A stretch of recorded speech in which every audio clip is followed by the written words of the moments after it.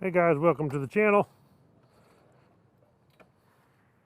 I had a question from a subscriber ask me today, and I thought, well, that would be a good topic for this discussion today on the bike ride.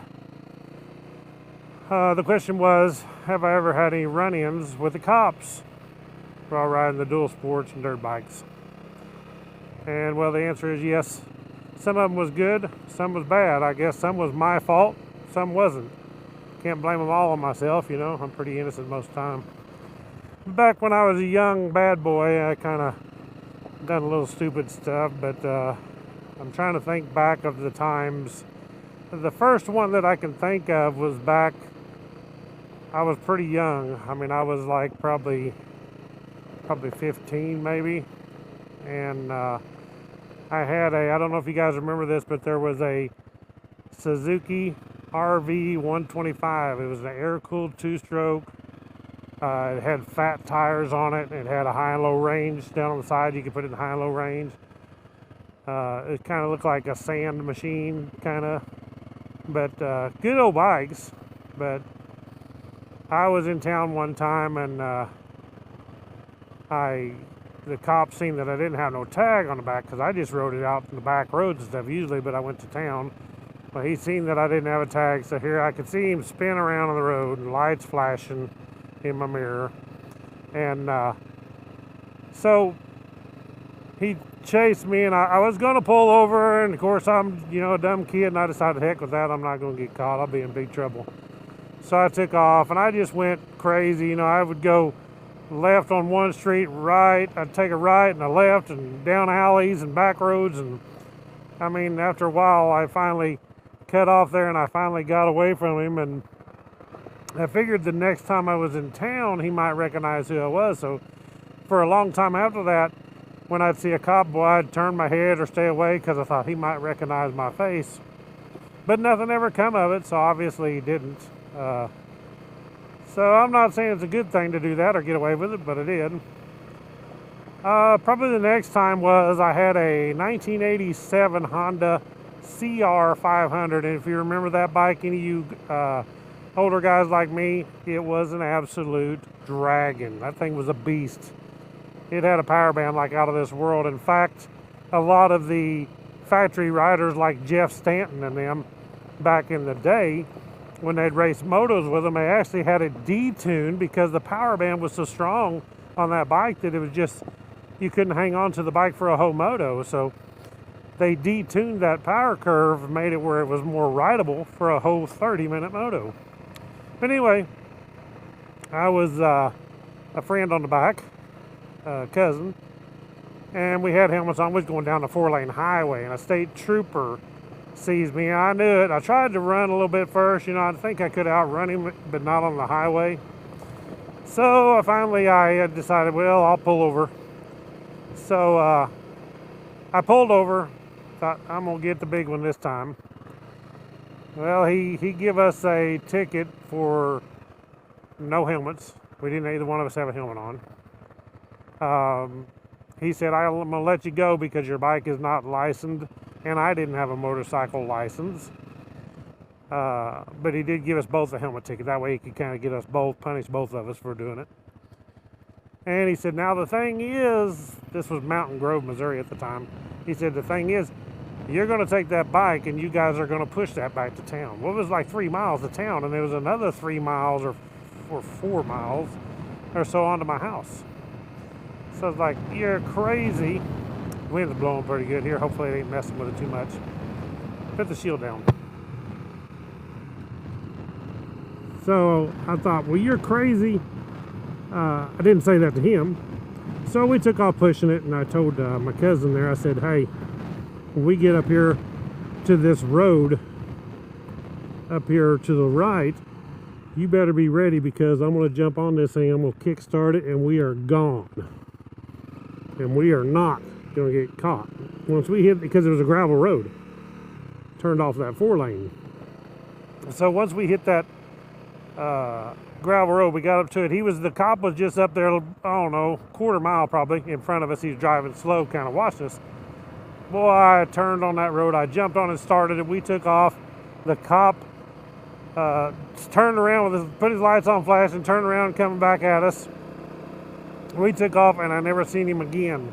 Well, the weird part about that one was, later that night, that cousin was staying with me, and he was in trouble. He had done something with the law.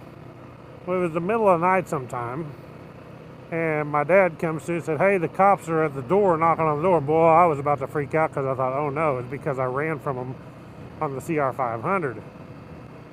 And come to find out, I went to the door. Well, he was looking for my cousin, is what he was looking for. So I went and got him up and said, hey, get out there, buddy, this is yours.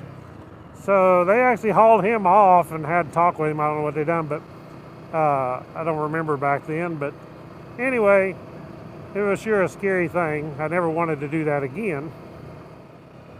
Okay, another time I can remember, I was on my DR650 SE, and I was headed out of town on the bike, and you know, it looks like a dirt bike, kind of like a 250L does. Well, there were two cops sitting in the parking lot, and they waved me in there, flipped their lights on, waved me in there. So when I pull in there, I stop, and he says, you can't ride on the street, son. And I'm like, I wasn't trying to be a smart aleck or nothing, but I said, well, I figure since I got turn signals and tags on it, that I can. He said, oh. He said, well, what do you call that dirt bike with turn signals and tags? And I said, a dual sport. And he said, well, what makes you think you can, or what gives you the privilege to ride it on the street? And I said, I have a motorcycle endorsed license. I'm like, duh. Well, then, if that wasn't bad enough, then he says, well, you're okay. He said, I'll just let you go with a warning. I'm like, a warning? A warning for what? And he said, well, I don't mean a warning. You can just go. You're all right. And I'm like, okay. So the last one I could think of right now, I need to think some more up. I mean, that I've done. I think it's only these four, really, that I can think of. But anyway, I was with a friend, or a co-worker of mine, actually, and we was going to a fire. I was on the fire department back then, and we was going to go to a fire. Well, I had the dual sport. It was the DR650 also. So I headed out, and we stopped, four-way stop. We slowed down and come to a stop. You know, I didn't have a light on my bike, so I couldn't go crazy. And then he was following me. We went on over toward the fire department, about a few miles away. Well, then this cop from the four-way decided to light him up and follow us, and I just thought maybe he was going to the fire or something, you know. I didn't know that he was wanting to pull me over. And so, and we wasn't even speeding that bad at all, really. I mean, maybe 60 in a 55 or 65. Anyway, so we got over there to the firehouse, and the other co-worker, he went and got the fire truck to go, and he kind of held me up. He wouldn't let me go. The cop wouldn't. Which, it kind of turned into be a big deal, because, I'm going to turn around here. Kind of turned into be a big deal because, yeah, really, I didn't do anything wrong anyway. He said I was trying to ride a wheelie. I was like, if I wanted to do a wheelie, I would have done it. I wouldn't try to in the first place.